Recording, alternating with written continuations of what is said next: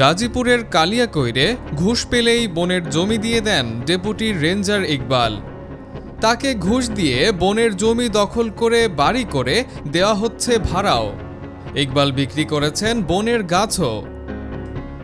অভিযোগের পর নেই কোনো দৃশ্যমান ব্যবস্থা, ঊর্ধ্বতনদের ম্যানেজ করেই চলে এই ঘুষ বাণিজ্য। বিস্তারিত দেখুন গাজীপুর থেকে সোহেল খানের পাঠানো 3 পর্বের ধারাবাহিক অনুসন্ধানী প্রতিবেদনের প্রথম পর্বে। গাজীপুর জেলার কালিয়াকৈর উপজেলার মণ্ডলপাড়ার সবুজ বন একসময় ছিল মানুষের চোখে প্রাকৃতিক সম্পদের জায়গা।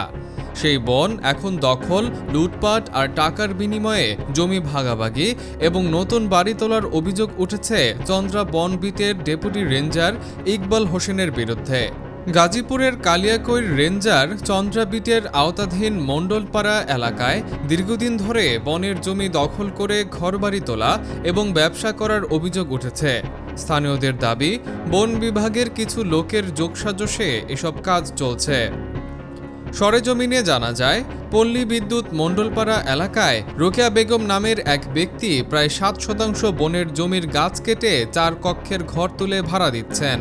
তিনি বলেন, চন্দ্রা বনবিটের কর্মকর্তা ইকবাল হোসেনকে 1,50,000 টাকা নিজামুদ্দিনের মাধ্যমে দেওয়ার পরই তিনি কাজ শুরু করেন।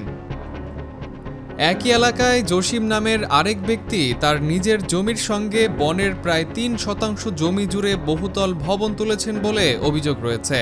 তার দাবি, টাকা দেওয়ার পরও তার বিরুদ্ধে মামলা দেওয়া হয়েছে এবং আরও মামলা দেওয়ার হুমকি দেওয়া হচ্ছে।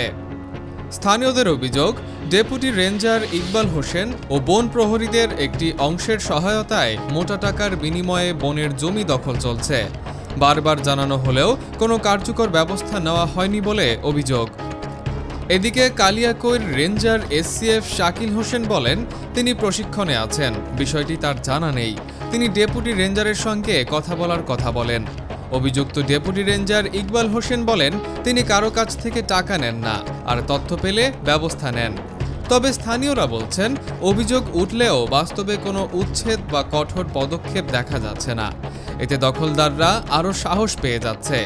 স্থানীয় সচেতন মহল দাবি করেছে, দ্রুত তদন্ত করে দোষীদের বিরুদ্ধে ব্যবস্থা না নিলে চন্দ্রা বিটের বনভূমি পুরোপুরি দখলে চলে যাবে। দর্শক, পরবর্তী পর্বে থাকছে আরও বিস্তারিত। চোখ রাখুন অগ্রযাত্রা প্রতিদিনে। অগ্রযাত্রা প্রতিদিন, নির্ভীক প্রত্যয়ে উজ্জীবিত।